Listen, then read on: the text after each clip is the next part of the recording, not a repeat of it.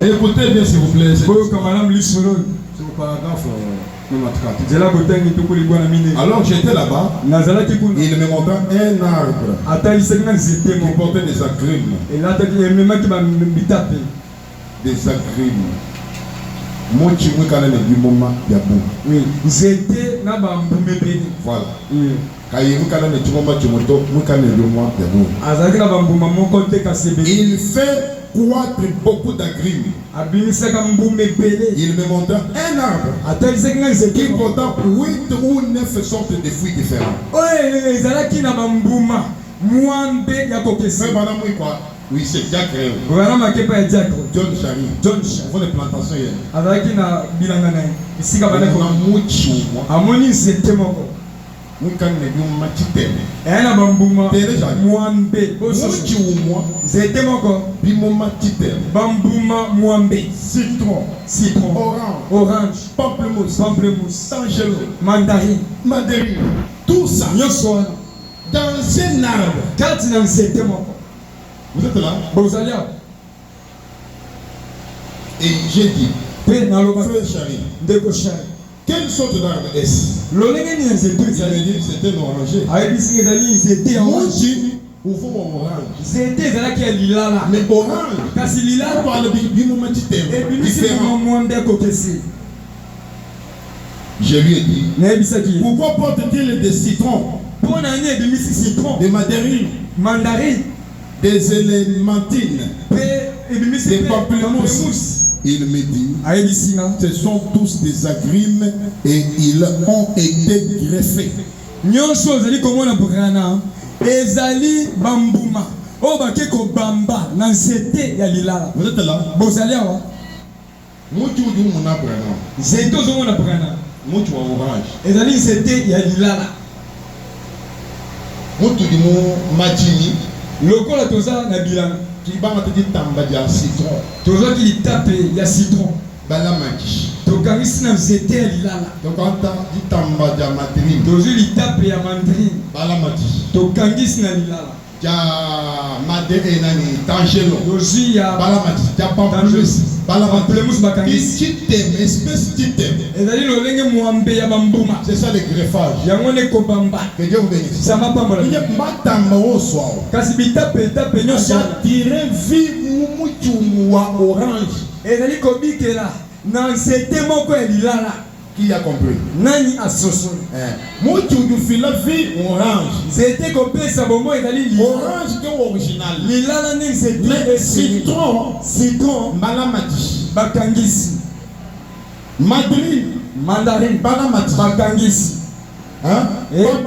pamplemousse balamati bakangisi. Mutu mo di pamplemousse ni ngi de la ne ko ni ngabule pwete awo pamplemousse bazali basusu bazolana ndenge nazote.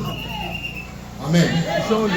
Bani ngabula wa ko ni pamplemousse ngani mo di ulala ndenge nazoloba pona koyeba pamplemousse tala oyo azali kola yende pamplemousse.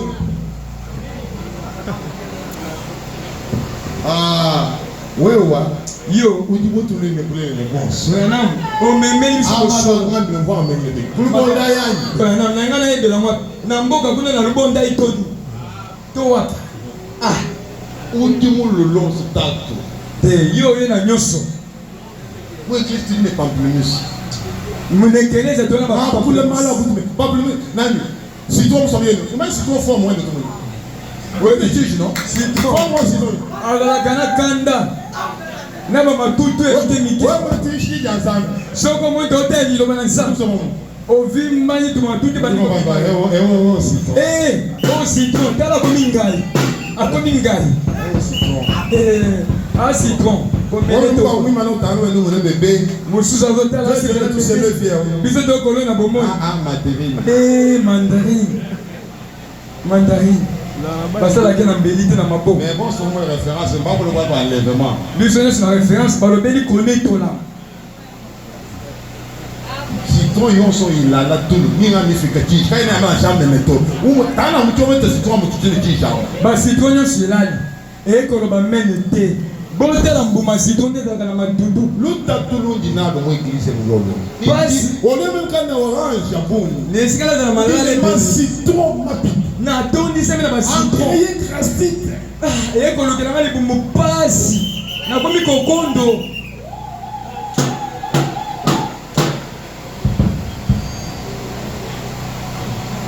Il me dit, ce sont des agrimes et ils ont été greffés. Je vois. Ainsi l'année prochaine, il y aura des oranges. Parmi nos femmes, pas seulement dans notre point vous dites que ce sont des méthodistes. Ce sont aussi les pentecôtistes. C'est les tout. Regardez nos hommes. Plutôt que de s'accorder à la parole de Dieu, ils s'accrochent à une petite tradition dénominationnelle. Il reste ça plutôt que de sortir. Lorsqu'ils voient Dieu, ils se font connaître parfaitement. La raison en est qu'ils sont aveuglés. Ils ne peuvent pas les voir. Ils ne les verront même jamais. Alors quand quelqu'un ne peut jamais voir Dieu, tu peux être ici, tu écoutes la maison, mais tu n'iras pas. Amen. Tu n'iras pas. Parce que le royaume des cieux te fait le voir. Tu n'iras pas. Remarquez. Enoch, qui est le type de l'église, aussi présenté ici dans le 7e âge de l'église. Le 7e âge de l'église. Combien croient qu'il a les 7 messagers pour les 7 âges de l'église? Ils sont là. Que Dieu vous bénisse. Que Dieu vous bénisse. Alors, j'avais dit au Seigneur que cette année 2026, c'était ma prière personnelle quand j'étais allé à la montagne. Permettez-moi de vous dire la vérité. Votre niveau d'écoute spirituelle me fait toujours mal. J'ai prié beaucoup pour vous et je continue toujours à prier. Je crois que c'était lundi passé. Un directeur provincial de Saïmapé, notre service ici de Guine. Il était venu chez nous là-bas au bureau. C'est lui-même qui a acheté pour moi les permis de conduire.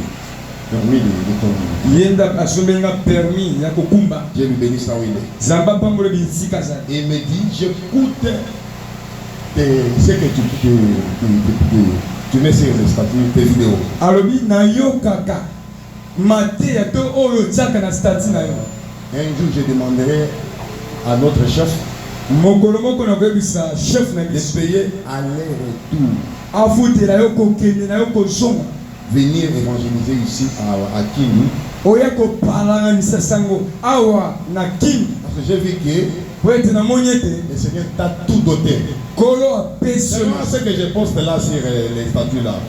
Il va présenter son grand frère à un apôtre, il est en Afrique du Sud. Il était là.